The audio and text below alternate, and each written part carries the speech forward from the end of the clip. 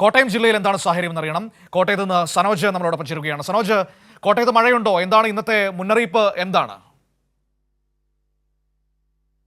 കോട്ടയം ജില്ലയിൽ ഇന്ന് റെഡ് അലേർട്ടാണ് പ്രഖ്യാപിച്ചിട്ടുള്ളത്. അത്തരത്തിലുള്ള ഒരു മഴയാണ് ഇപ്പോൾ ജില്ലയുടെ വിവിധ താലൂക്കുകളിൽ അനുഭവപ്പെട്ടുകൊണ്ടിരിക്കുന്നത്. കോട്ടയം ജില്ലയിലെ പാല, കാഞ്ഞിരപ്പള്ളി ഉൾപ്പെടെയുള്ള താലൂക്കിൽ അതിശക്തമായ മഴ രാത്രിയിൽ ഉടനീളം പെയ്തു. രാവിലെ മഴയ്ക്കല്പം ശമനമുണ്ടായിരുന്നുവെങ്കിൽ കൂടിയും അല്പം മുമ്പ് ശക്തമായ മഴ പെയ്തു മാറിയിട്ടുണ്ട്. ഇപ്പോൾ നേരിയ ചാറ്റൽ മഴ മാത്രമാണ് അനുഭവപ്പെടുന്നത്.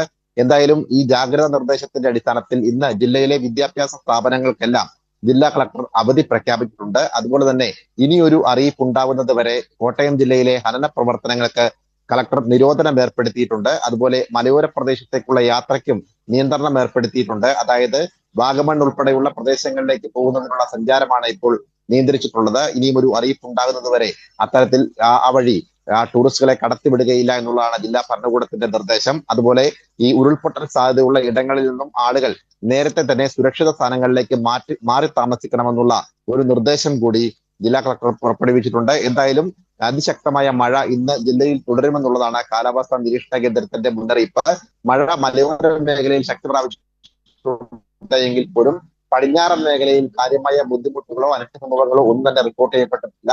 വരും മണിക്കൂറുകളിൽ മഴ ശക്തി പ്രാപിക്കുകയാണെങ്കിൽ സ്വാഭാവികമായും മീനച്ചിലാറ്റിലൂടെ ജലം ഒഴുകി അത് പടിഞ്ഞാറൻ മേഖലയിലെ താഴ്ന്ന പ്രദേശങ്ങളിലേക്ക് എത്താനുള്ള സാധ്യതയാണ് ഉള്ളത്.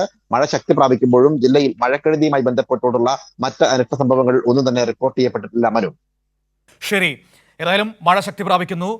വിവരങ്ങളാണ് ഇപ്പോൾ സനോജ് കോട്ടയത്തെക്കുറിച്ച് നമുക്ക് നൽകിയത്.